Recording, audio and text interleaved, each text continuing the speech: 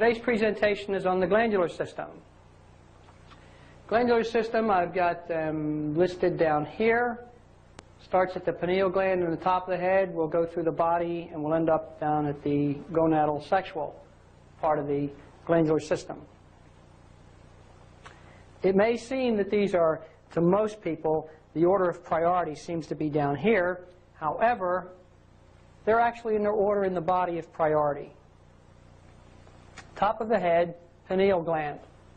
If you were to take two fingers and go through about the middle of your head this way, come down from here, come down in there, right in the top of your brain is the pineal gland. You'll notice how close it is to the skull here. It's been referred to as the third eye.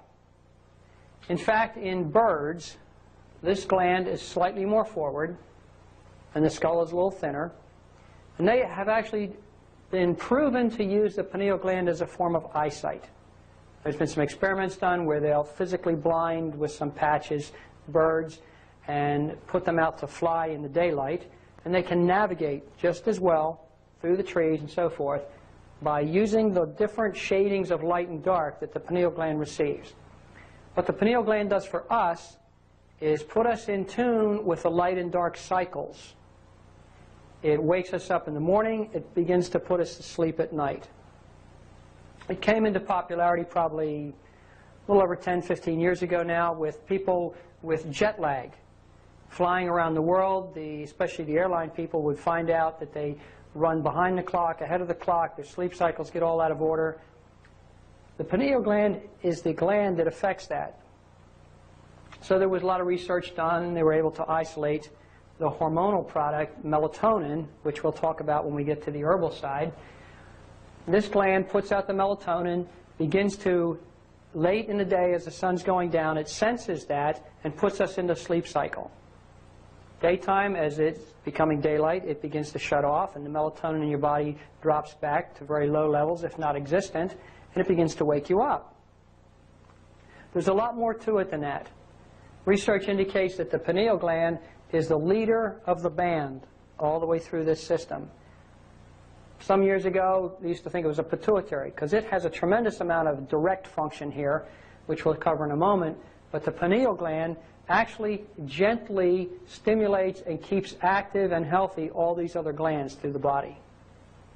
Some of the problems that happen with the pineal gland, it seems to age. And when they do the autopsies and get into the research, they find out that it has actually calcified, becomes crystalline with calcification. Now, my understanding of the way the body works, and we cover this in many of our sessions, is that this body must remain alkaline. And when the body becomes acidic, calcium cannot go into the glands and into the bone where it's supposed to go, and it begins to build up in tissue. So some of the research indicates that when the body's acidic, it contributes to the calcification of your pineal gland. When the pineal gland begins to calcify and weaken in the efforts that it has over these other glands, that's part of the aging process. A lot of research indicates that if the pineal gland is kept healthy or at least the hormone balanced, the aging process is slowed down, stopped, and in some cases even reversed. There's been several good experiments where they've taken, for example, the pineal gland out of a rat that appeared to be 60, 70 years old, relation to a human year, and he's all gray and shriveled. And then they'll take a nice, young, healthy little rat, and they surgically switch the pineal glands. And within a reasonably short period of time, several weeks, months, somewhere in there, the physical characteristics of the two rats switch. The young rat begins to look very, very old. The old rat begins to look very, very young. There's some definite literature in enforcing that information. So we don't necessarily work on the pineal gland as a fountain of youth, but keeping it healthy is certainly valuable. The hormone that's put out here, melatonin, seems to peak in our bodies, reference to age, at about 20 years old. And then it begins to taper off. So to maintain a healthy system, it would be a good idea, perhaps, to supplement. Stay alkaline to prevent some of the aging process, but to supplement just a little bit with the melatonin. Melatonin can also be used as a sleep aid, and we'll cover more of that when we get on the supplements. But it can be used as a general tune-up for the rest of the system. So keep that in mind. We can also look at the pineal gland as our control of light and day. Remember that part. If you are sleeping in the daytime and you're on some kind of shift work or something, and you want to use melatonin as a sleep aid, that's okay. That works fine. There is some degree of caution involved. It's kind of like which came first, chicken or the egg. In prostate cancer in men, for example, and that's probably the only place prostate cancer occurs, but they have found a tremendously high elevated level of melatonin in the bloodstream, reference to prostate cancer. Research doesn't indicate the direct connection or why. It just happens to be a common denominator. So what we generally feel is a good idea is to not take melatonin and force yourself to stay awake. Don't have melatonin in what would be for you a daylight time. So if you are going to use melatonin and you're on shift work or something, shut the windows, close the blinds, and go to sleep. If you want to use melatonin as a therapeutic aid to non-aging situation, take it at night when it's supposed to be in your system. Don't say, well, if it's a good vitamin, I'm going to take it during the day. I would highly not recommend that. Use it when it's supposed to be used, and you'll have much greater success with it, and it'll be very safe for you. We'll come on down under the pineal gland to the pituitary. Pituitary is virtually straight back. The bridge of your nose comes up to your eyebrow, goes straight back, kind of at the top of the brainstem a little bit, buried down in the base of the brain. Pituitary gland's function is to send signals, to all of these glandular systems, and it actually tells them when to turn on, when to turn off. It's the real working leader of the band, but it is stimulated and kept very viable by the pineal. Pituitary gland begins to stimulate these other glands, tell them it's time to wake up and do something. It's the pituitary gland that begins to turn us in definitely male or female from right after birth. Pituitary gland, as I said, buried back almost on top of the brainstem, right back in this area here. Some of the things it can affect are anything in this area. Anything, for example, if you have an extremely difficult sinus drainage situation, and it doesn't appear to be an infective nature, just have this real aggravating constant drainage, I would look at the pituitary gland for a weakness. If your hormonal system's out of balance, male-female hormonal system, I might look at strengthening the pituitary gland. Remember that it does lead the band here. We'll come on down a little bit to the thyroid. Attached to the thyroid is the parathyroid. Thyroid is right here on either side of your neck. I remember when I was a boy, it used to scare me. I'd see some folks walking around with these large lumps on their neck, and my mom would explain to me that that was goiter and that it was from thyroid problems, and it would occur with a lack of iodine in the diet.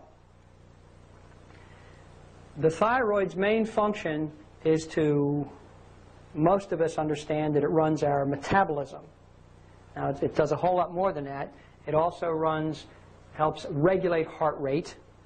It has a lot of effect in the adrenal system and in the hormonal system, male-female.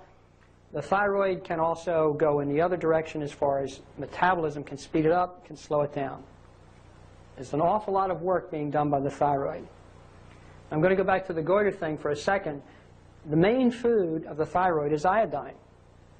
And back in the 40s, early 40s to middle, it became very apparent that the soils, especially across the middle of our country, were depleted of iodine, and all this goiter started to develop. It began in the late 30s, and it became very apparent that there was this iodine problem, so they came up with iodized salt because everybody was eating tons of salt on everything. So goiter disappeared. Well, that was okay for a short period of time because about 10 years later, maybe 15, heart disease is on a major climb, and the medical profession determines that part of the problem is salt causing high blood pressure, the extracellular sodium in the body. So they recommend everybody goes on a low-salt diet. Well, there goes the iodine again. So the goiter didn't come raging back like it was before. Apparently there was some balancing going on with iodine in other foods perhaps. But what I've noticed in some of our associates and some of the research out there is a weakening of the thyroid without goiter problems, but just a lot of weakening over the past probably 15 years. What a lot of the information indicates is that things that weaken the thyroid that are in our environment now are the chemically manufactured sweeteners. They poison the thyroid. The major one that's out there, one of its first conversions as it's going through its chemical processes in your body, is to convert to wood alcohol, a deadly poison in the body. And that poisons the thyroid. When the chemical sweeteners came out, hypothyroid dramatically increased. And the only reason there's not more attention paid to hypo or low thyroid is that there's no economic drive behind correcting that situation. So it seems to affect the body gradually and slowly, and other systems slow down, and it's ignored. And yet it's a major problem.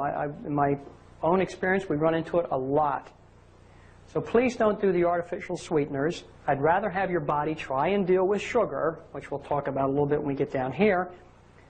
But those chemically manufactured artificial sweeteners, not only do they poison the thyroid, but because of that conversion to wood alcohol, they can seem to weaken the retinas in the eyes. I'm aware of a couple of situations where there's some extensive litigation related to that situation. So the thyroid can be weakened tremendously depending on what we eat, but especially with the artificial sweeteners.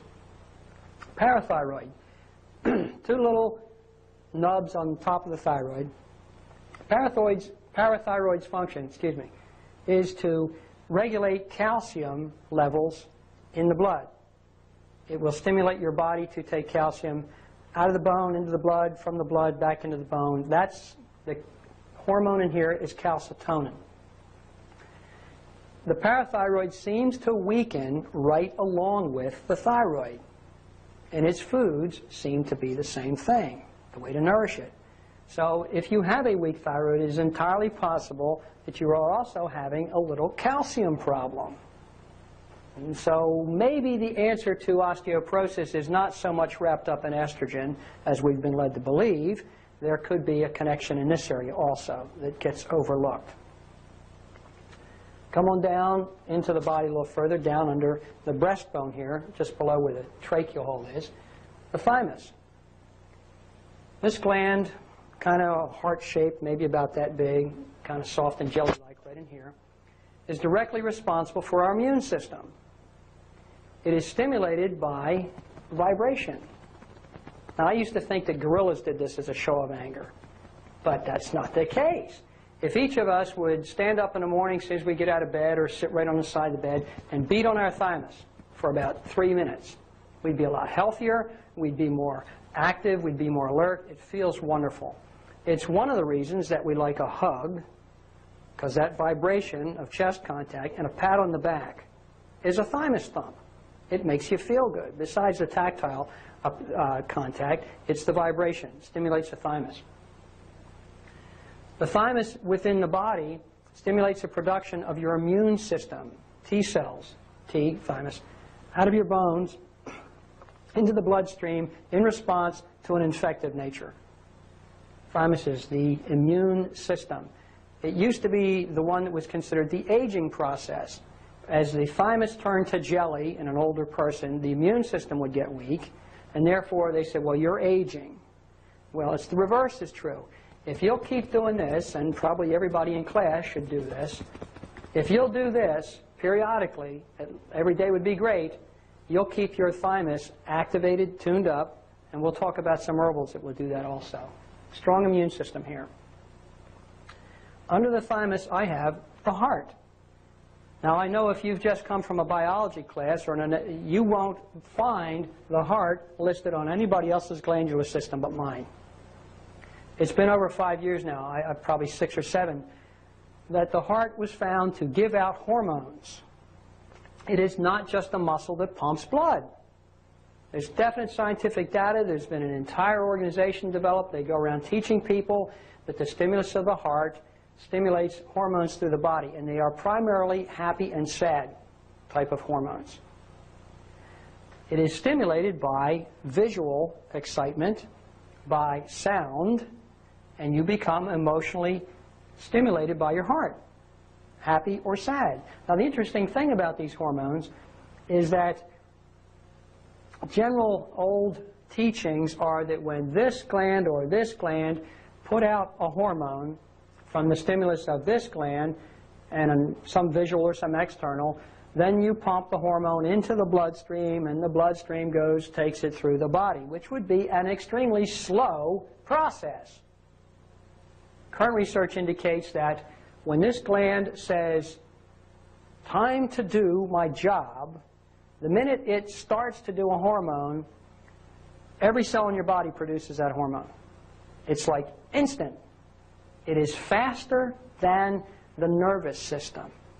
So when your heart hears happy music, the minute it begins to produce its hormone, your toes are happy. It's the fastest communication system we have in our body right now. Current research that the hormone system is the fastest. And it can affect you that fast. I mean, it's not like you see something and you just keep right on walking, and about a half hour later you go, oh, wow, I react to that and get happy. That's not it. It's very, very fast. Keep your heart healthy. And I know we go back into the old ancient literature, the old sages and the philosophers. They said, you know, in the heart as a man thinketh, and all that stuff about the heart being the key to our health. They were right. They probably didn't know it from a scientific viewpoint, but they knew they were right. So I have the heart in here as a gland. It's been proven, and it is very important that we not only keep it strong to pump blood and do all the circulation, but that we keep it healthy and stimulated with the good stuff. You know, we take a puppy dog into an old folks' home and let the people get, you know, pet the dog, pet the cat. I mean, laughter for people is tremendously medicinal and healing. So remember that. I'm going to keep it here on the glandular chart. You'll see it again in the circulatory class.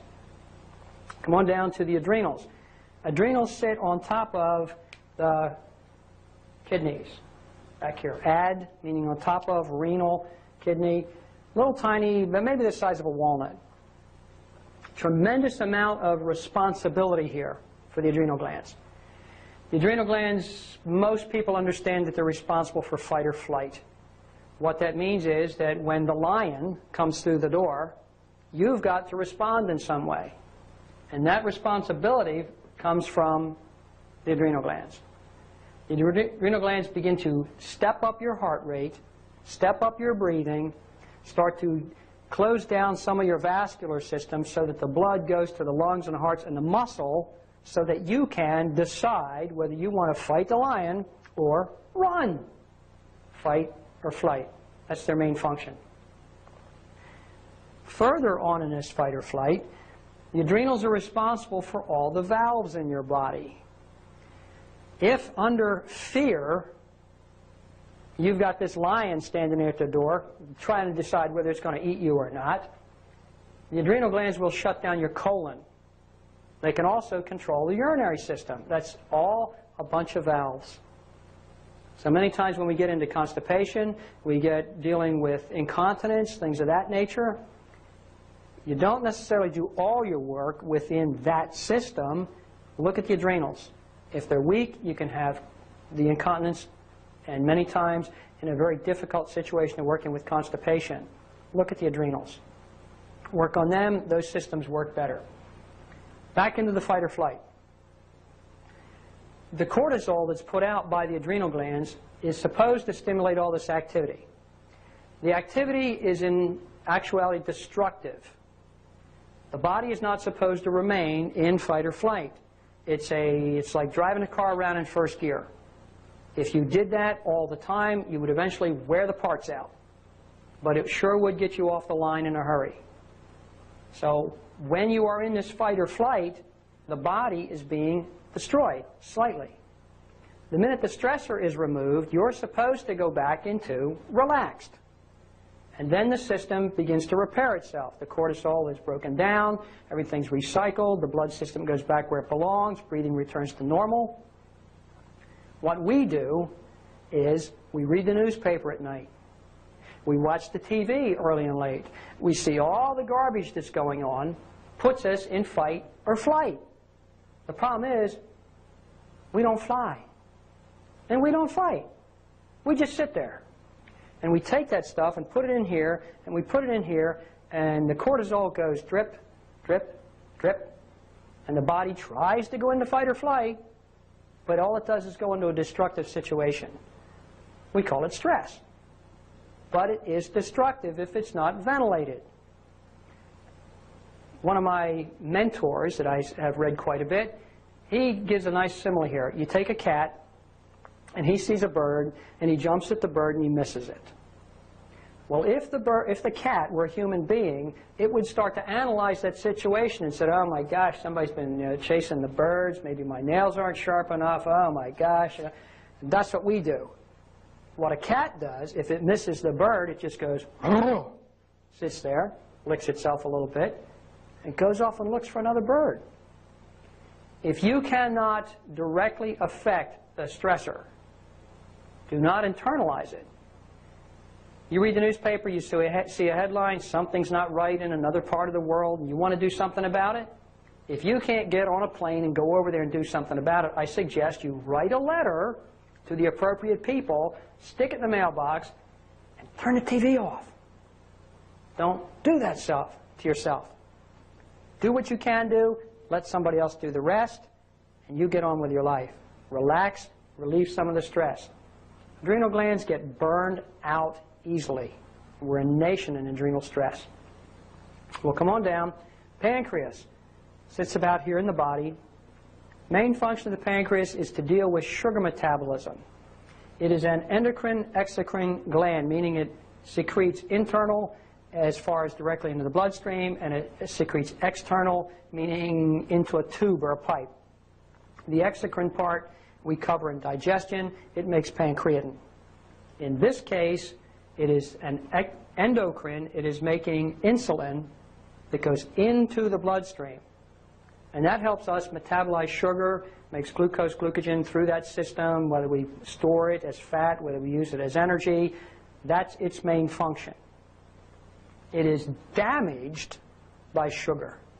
That's the single greatest poison for the pancreas.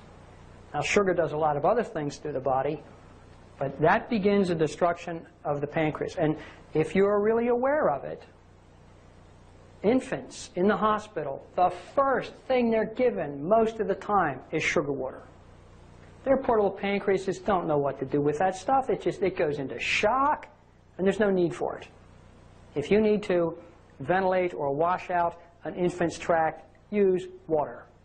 Don't need to use sugar water. That's one reason we have so much diabetes in this country. That immediately sugar shock at that age, and then we're a nation that consumes about 135 pounds of sugar per person. Now, my sugar consumption is fairly low, and maybe some of yours is fairly low, so let's say I consume 50. Where's the rest of it going? National average is 135 pounds per every person in this country. Some people are eating 200 pounds. Pancreas damage has to happen. Now, sugar also destroys the myelin sheath on your nerves. It weakens your muscles. I mean, there's a lot of other things it does. But the beginning is right here in the pancreas. To have so much diabetes, and diabetes is becoming a younger and younger problem. I believe and I understand that it is directly related to sugar, and yet it's in everything. If any of you have got a recipe at home for ketchup, that's one little teeny tiny tomato and 3 cups of sugar. You can get ketchup that doesn't have that kind of sugar in it, but you're going to have to start looking at labels, and it will scare you so much. If you look at labels to find out where sugar is, and while we're on sugar, it needs, the one I'm talking about that's the most poisonous is the white processed sugar. It doesn't have any minerals in it. It's been processed down to strictly sucrose. On the other end of the scale would be a carrot. with a good healthy carrot with a lot of minerals in it. Somewhere in between there, you need to be as close to the carrot in your sugar types as possible. To pick up a candy bar and say, oh, it's in a health food store, it's got fructose in it, it's sugar. It's just not going to hit you as quick, just a little slower. You've got to get minerals, you've got to get fiber, you've got to get some fats. Those things modify the sugar response. So you take the long end of the scale at white processed, and then you go down through the fruit, and then you get down to the vegetables, and to the carrot or beet, and that's where we ought to be with sugar. Honey, people say, well, I can use honey. I really wouldn't recommend that a lot. There's some other things we'll talk about in a minute.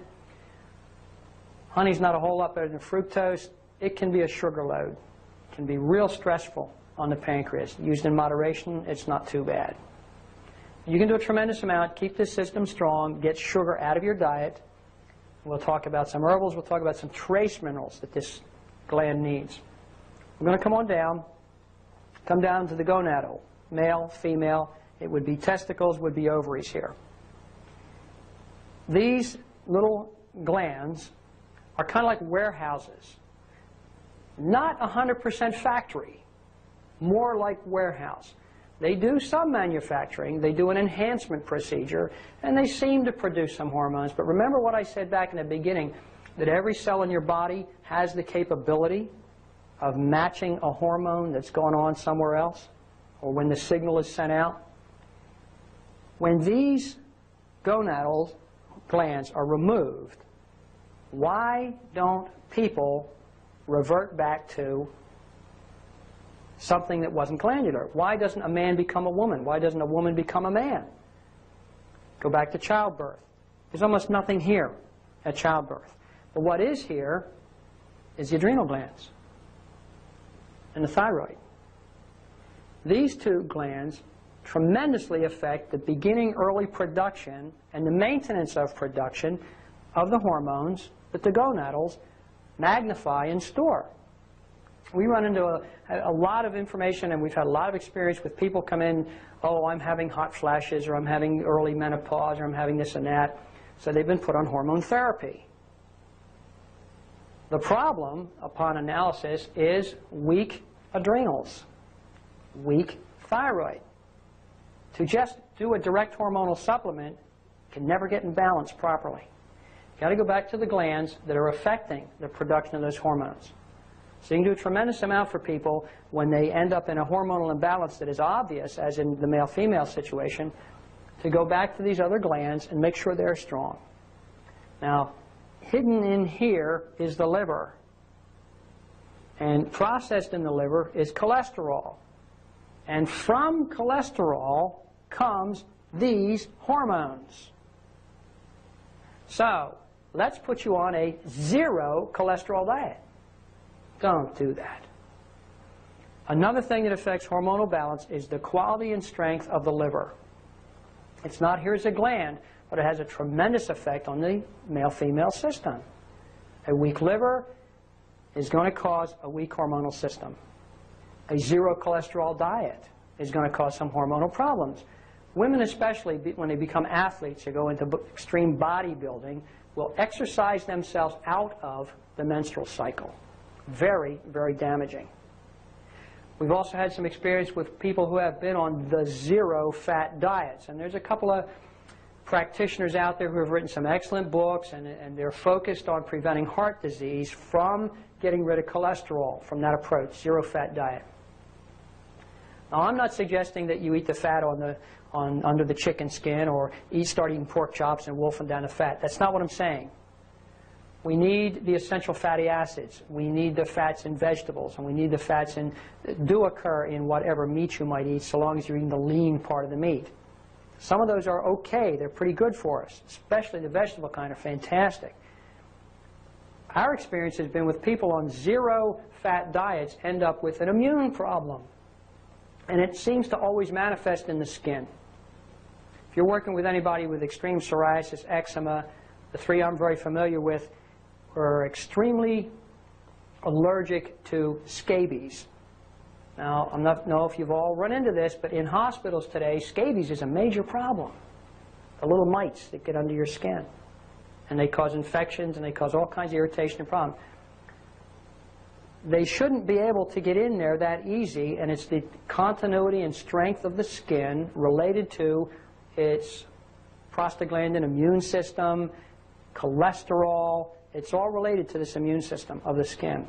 So a zero-fat diet can destroy the strength of your skin. Highly not recommended by myself and many other people in the natural health field. Okay, we've done from the bottom. We'll go back to the top. Gonads for male, female, basically. Pancreas, sugar maintenance, sugar usage, sugar processing in the body. Adrenal glands, fight or flight initially, but also directly related to the hormones, male, female. Heart, the happy and sad, besides pumping blood. Thymus, the immune system. Parathyroid sitting on top of the thyroids, calcium control in the blood. Thyroid, basic metabolism, up or down. Heart rate, production of hormones. Will determine whether you can accelerate and get into the fight or flight. So if you have weak thyroid and you're stressing it further with the adrenals, you've got a mixed set of signals going on in a system that's weak, extremely out of balance hormonally. Go up here to the pituitary gland, right straight back in from the bridge of the nose. This gland begins the process of telling all these other glands what to do and starts to wake them up very early in our life, and then continues to kind of choreograph all this. The pineal gland, right up, middle of our head, the third eye, keeps the rest of these healthy, obviously regulates our night-day cycle. So we use the pineal gland to adjust sleep cycle with. That's the basics of the glandular system, the different pieces and parts of it, and their locations. Now we're going to talk about some supplementation, some herbals, some things that would be used to work with that system. Right here is melatonin, the pineal gland. This is the hormone that the pineal gland puts out. Remember that it regulates your sleep cycle. Remember also that it helps keep the other glands strong and has an effect on the aging of our bodies. Pituitary and spirulina, T-A-R. Let's put a Y on that. Spirulina would be the food for the pituitary. We'll see spirulina again, could bring it also down with the thyroid. Pituitary gland regulates how the other glands begin and stop their processing. But very early on, the pituitary gland, remember, stimulates everything else into starting. Needs to be very strong, needs to be stable. There's a lot of emotional things related to the pituitary gland. Spirulina would be excellent for the pituitary gland. Kelp, thyroid.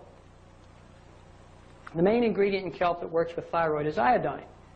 Now there's some other excellent herbals that would work on the thyroid, for example, black walnut.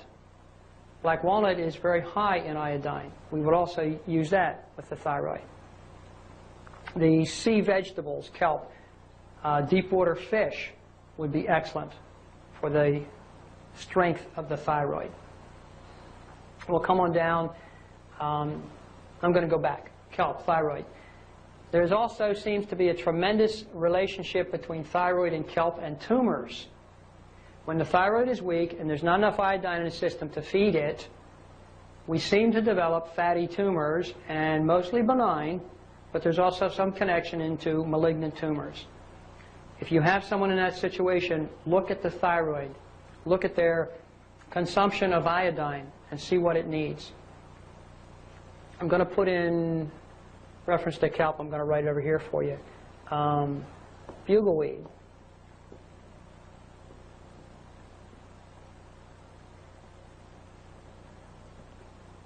Bugleweed would be the herb to use in a hyperthyroid. Not very common. We've got a tremendous amount of hypothyroid. But every once in a while now, we'll get a hyperthyroid. And they're the kind of people that you see perhaps very nervous, normally very thin if it's progressed along at all. You can get a racing heart, irregular heart rate. The eyes might start to bulge slightly. Very destructive situation. Bugleweed has a very, very calming, soothing effect on the thyroid. It's not going to take someone with a healthy thyroid and shut them down, but it will help stabilize and keep the thyroid normalized. Another thing you might use here nutritionally would be cabbage, for example, and cauliflower. Those two vegetables contain what's called goitrogens. Remember I said goiter was a swelling of the thyroid? Cabbage and the cauliflower with their goitrogens slow down the thyroid. So a tremendous diet of cabbage. Now I know cabbage can be used therapeutically in certain cases, and I agree with that. But a high cabbage diet tends to produce a person with low thyroid appearance. And it works very well if you're working in hyperthyroid. Another thing that would aggravate the thyroid would be animal protein. Animal protein is extremely stressful on the body, and it can stress the thyroid tremendously. So if we were in hyperthyroid while you're doing this bugleweed, I would also have that person off of animal protein. We're going to come down here. We have echinacea, cat's claw, Oregon grape. These are for the thymus.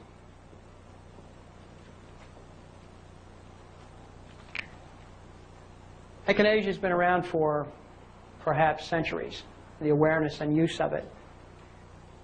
Stimulates the production of T cells within the body and the immune system. Cat's claw is an herb that came out of South America. It's been down there for centuries, but awareness around the world has only been about 4 or 5 years. Also called uña de gato.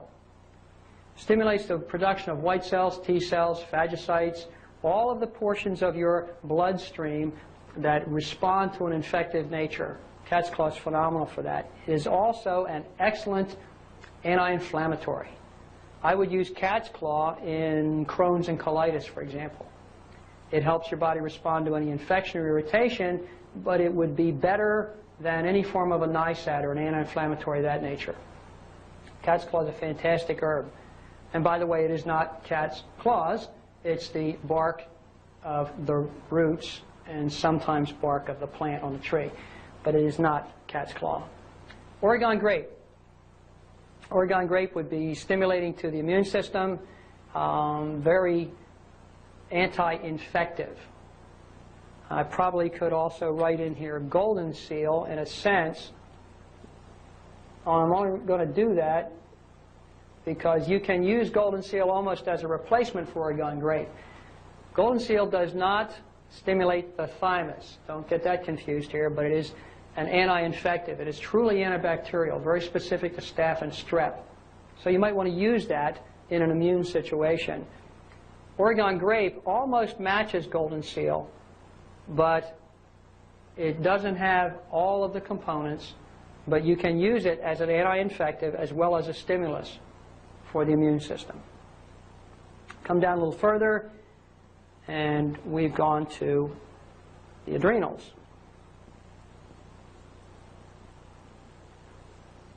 Oh, yes. Okay. I didn't put any herbals in here for the heart.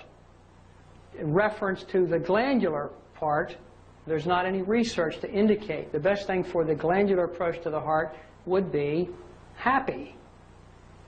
Remove stressors. Don't bring any in. Don't focus on that kind of thing. You know, and get out and smell the roses. You know, pet the cat. Look at the little baby smile. Those are things that are good for the heart, glandular-wise. An herb for the heart might be hawthorn. We'll get into more of that when we do circulatory work.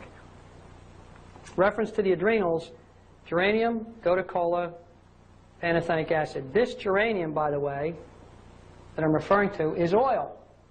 Not necessarily an herb, but the oil, essential oil of geranium. It helps stimulate the adrenals. Geranium oil also, we'll touch on it again when we get down to the pancreas here. Geranium oil will balance an infection that is related to diabetes. The oils are very powerful. I recommend that everybody begin to start learning more about oils and begin to incorporate them into their system. Goticola, fantastic herb for the adrenal system. Strengthens it, Not stimulating necessarily, but very strengthening and stabilizing. Gotu kola also kind of gets overlooked. It's a fantastic herb for repairing all the collagen structure in your body.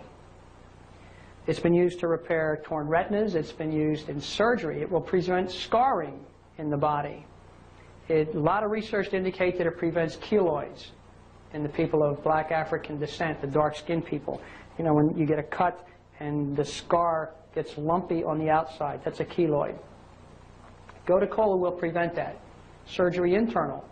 Prevents adhesions. Happens quite a bit when people have hysterectomies or go in for surgery around the colon and intestinal tract. The body starts to kind of tie itself back together, and wherever something touches the lining of the cavity, it will adhere to that, and you can get a misshapen situation in there. Gotu kola would prevent that.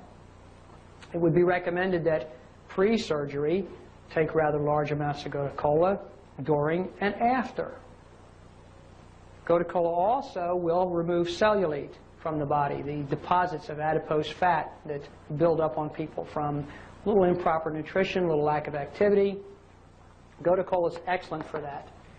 In here, it is primarily for the adrenals, but this is a wonderful herb that gets overlooked quite a bit. And we come down to rosemary. Rosemary oil, essential oil. Eucalyptus, oil. Cedarberry, nopal, chromium, and stevia. These are for the pancreas. Sneak that up there. There's a little caution with rosemary oil. It can raise blood pressure. So I caution to look for that. Look for a high blood pressure situation. Don't use rosemary. But for strengthening and stabilizing the pancreas, rosemary essential oils used topically, used as aromatherapy, would be excellent. Eucalyptus oil works in the same mechanism. Cedarberry, interesting story on cedarberry. It's in a couple of the formulas that we use quite a bit. One of the people that first discovered it, reference to the pancreas, was out picking what they thought was juniper berries. Now, juniper berries are diuretic, and that's what they were looking for. They wanted to do some kidney work. They picked the wrong thing. And they started taking the cedarberry and found that in a very short period of time, their need for insulin dropped. So that would appear in a pancreas formula. Nopal, that's a cactus pad. Comes from Middle America, Mexico, on down to South America. The nopal cactus pad, a lot of research, a lot of great work with it. People who take nopal routinely for a long period of time, monitor their blood sugar. Nopal strengthens the pancreas, balances it, strengthens the beta cells in your system so you can use insulin properly. So over a period of time, and everybody's different, you would find if you monitor your sugar that your need for insulin would decrease rapidly and become very stable with the use of nopal. Chromium is the mineral directly related to the pancreas. If you have a sugar craving, first thing I look at is how much chromium is in your diet. There isn't any chromium in the soil. Sometimes you can buy a carrot and it won't have any chromium in it, even if it's organic. It just depends on the types of fertilizer that have been used. So chromium would be the simplest thing to start with. Make sure you've got a vitamin with chromium in it, or increase the chromium, and see what happens to your sugar cravings. Stevia, great herb. Is about 100 to 300 times, depending on how it's prepared, sweeter than sugar. And yet it doesn't stress the pancreas. It actually stabilizes the pancreas, makes it stronger. You can use it to cook with. You can put drops of it in your drinks, whatever you want to do, remembering how strong it is. But use this as your sugar replacement. Remember we talked about the chemically created artificial sweeteners that damage the system of the body, can do eye damage, can damage the pancreas. Stevia would be the thing to use. We'll come on down a little further. We'll get down into the hormonal system. The gonads, male-female hormonals. I've got on top of the little stack here sage. Now sage really could be used all over the system. It seems to be a general soothing, balancing equalizer for all the hormones. Sage is fantastic. Some personal experience with sage, a client that we worked with had a brother who was physically 25 years old, mentally and emotionally, was just going through puberty. So that was beginning to create some major problems. So what was recommended for that person was to try some sage. And by putting that person on sage, achieved hormonal stability, didn't have these uncontrollable situations developing, and they were able to go through that process rather smoothly and without a crisis developing. Sarsaparilla is generally considered the male hormonal-related herbal. Now, within the plant kingdom, plants do not contain hormones. Doesn't happen. Only within living meat-type organisms are there hormones. Plants have what might be called phytoestrogen, phytoprogesterone, phyto. What they do is they have active ingredients in them that either increase or stimulate or help your body produce the actual hormone. Some of them act as a sort of a replacement, but not a direct hormonal effect. Plants do not contain hormones. Sarsaparilla is very stabilizing, and it seems to affect the production of testosterone. Sometimes we use that in a female formula for some stabilization. I'll go to black cohosh. That's used quite a bit in female formulas. Early puberty problems, teenage acne, menopausal problems, difficulty with menstruation. Black cohosh would be the thing to use there. Damiana. Damiana is very soothing to the male-female system. Some associates have used Damiana quite a bit, especially in fertility work. Damiana increases the production of semen in the male. Damiana increases the size and strength of the male testicles. Internally in the female, it would be doing strengthening and so forth, but the external effect on male is really rather apparent. But it is soothing to both systems, male and female. We have sarsaparilla again. This is a review of sarsaparilla up here. Here we have wild yam. Wild yam would be an excellent herb for balancing female, like in menopausal situation. My own personal experience is that when my adrenals get stressed, up here, wild yam is the best thing for me. Remember the connection we went through with the adrenals and the male-female glandular system. The wild yam will not only work directly on the gonadal system, but it's going to go back up here and work on the adrenal system and make the entire system stronger. Wild yam's a great herb, and this is not a potato. This is a little tiny skinny Mexican wild yam herbal, so we use the root for that. Go back in a quick review here. This is for the gonadal system, male-female. We've got sage, sarsaparilla, damiana, black cohosh, and the wild yam we just finished with. Come back up here to the pancreas area. Cedarberry, stevia, chromium nopal. Good success with nopal, helping people get off of their insulin needs. Don't forget the oils, rosemary, eucalyptus. Come back up here, get into the adrenals. We have geranium oil. Gotu kola is fantastic here. Pantothenic acid is the vitamin. It's a B vitamin, generally taken in a complex, but if you've got weak adrenals, you might want to take some pantothenic all by itself. We come back up here to the thymus and the immune system. Echinacea, cat's claw, Oregon grape. I wrote golden seal up as an anti-infective, not so much as a stimulus for the thymus. We get into the thyroid, we're looking at kelp. Remember, black walnut is an alternative. Spirulina for the pituitary. And pineal puts out melatonin, and we can have that as a supplement. Remember bugleweed to slow down and calm and soothe an overactive thyroid. Now, this is not meant to be a totally comprehensive list. We could spend all day writing things in between here. There's all kinds of other possibilities. This should give you a good working knowledge and things to go with and places to look for perhaps other herbs and other uses. And we'll see some of these again in other places as we go back through our systems. Now, we appreciate your sharing time with us and taking a look at this information. And we'd like you to take it and share it with other people, because if you can give someone the gift of health, you've given them the best thing you can ever possibly give them. So take this information out, share it with people, and help them to learn how their bodies work and what they can do to take care of. We'd like to remind you that at the beginning of this presentation you saw a disclaimer. And we appreciate it if you would understand that this information is just for educational purposes only. It is never meant to take the place of medical treatment or diagnosis. Please keep that in mind as you share it with people.